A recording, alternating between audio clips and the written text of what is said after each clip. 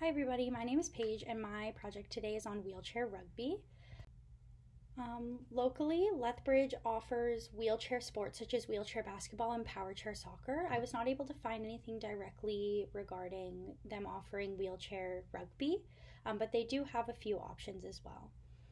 Provincially, we have Wheelchair Sports Alberta. They have a provincial team with athletes from all over the province. They offer drop-in programs for athletes to come and try the sport out to see if that's something that they would be interested in. They also offer a program called Bridging the Gap. This is a program where they offer different wheelchair sports for people to come and try in more of a relaxed environment. This gives them the opportunity to learn from veteran parasport athletes who have come to demonstrate the sport and talk about their experience of sport with disability. Wheelchair Sports Alberta also offers Win Sports adapted multi-sport program. They offer this in multiple communities. This brings inclusive programs to these communities. And regardless of physical ability, to have the opportunity to be able to engage and try the sports out, to be able to get yourself involved in the community.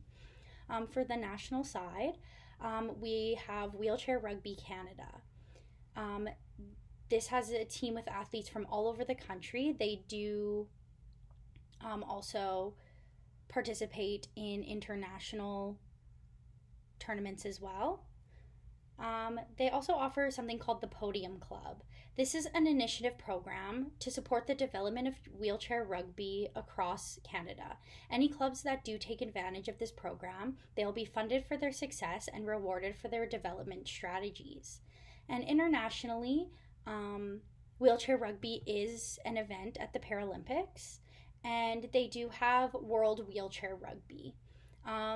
For World Wheelchair Rugby, they do post events on their website just to get more traction, more people involved, such as the European Championship in Rugby Mania 2025.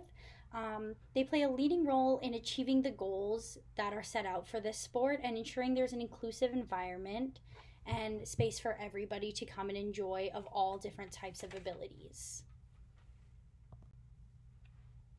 For the overview, in the rules, there are allowed 4 people per team on the court at a time. Both wheels of the wheelchair must cross the goal line in order for it to count, and they must have full control of the ball as well. They must dribble the ball every 10 seconds, and no team can exceed 8 points on the court at a time.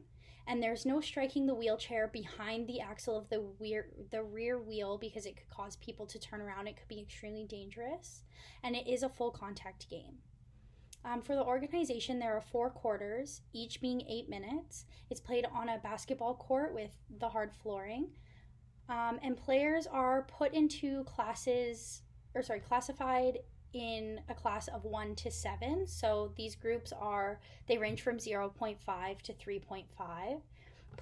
Athletes who are on the higher class side of that have higher functional levels, and then the lower levels are for athletes who have less of a functional ability.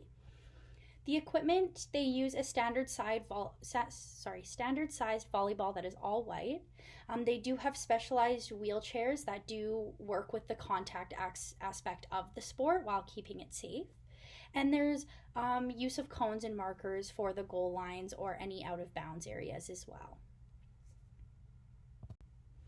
For the origin and evolution, wheelchair rugby, which was also known as murder ball when it first was created in Winnipeg in 1977 by athletes that had paralysis in both arms and legs. The founders of the sport wanted a sport that would allow inclusion for athletes who have reduced function in their arms or hands, but still be able to participate equally. Wheelchair rugby moved outside of Canada first in 1979 when it was used as a demonstration at the Southwest State University. This also was the same year that Canada held its first national championship. Moving down, Great Britain was the first international team created, and they did compete against Canada in Toronto in 1989. After they had competed in Toronto, it created more teams internationally and more people were getting involved and it was getting more noticed. The sport did make an appearance in the World Wheelchair Games in 1990. In 1993, there were 15 countries who were actively participating in wheelchair rugby, and it was then used as an example sport in the 1996 Paralympics. It didn't make its first appearance into the Paralympics until the Sydney Paralympics in 2000, and it has only gotten bigger since then, with now a total of 40 countries that actively participate in this sport. For the framework and eligibility of the sport, in order to be eligible to participate, athletes that do have a spinal cord injury must have impairment in at least 3 of their limbs, and athletes that do not have a spinal cord injury, for example, athletes with amputations, they must have impairment in all 4 limbs. And then based on these functional abilities, they are then put into their classes from 0.5 to 3.5. And they also go through functional skills tests in order to observe their wheelchair skills, their ball handling skills, and then that's when they are able to be placed into one of those categories as well. Now, introducing this sport into an inclusive setting, I think that we could just alter the equipment a little bit. Just in the top corner there, I did add a standard sized volleyball, and beside is just a smaller kind of foamy dodgeball. I think altering the equipment there could make passing easier and less intimidating for beginners when they're just trying to learn the sport and get used to the movements and all the kind of different aspects that do come in with wheelchair rugby. I also do think that adjusting the size of the court would be good. Making it slightly smaller could have people a little bit more engaged. It would get rid of the exhaustion aspect maybe when they're just kind of starting out. It'll also maybe have people having maximum participation put in there. Again, with the lack of exhaustion, just making it slightly smaller. So I did input a picture here of a regular sized basketball court, which is what they do use. I think that if we just bring it in a little bit of the end goals, maybe being at the end of the key there, it could make it just a little bit easier for people to kind of understand the movements and get in with the sport.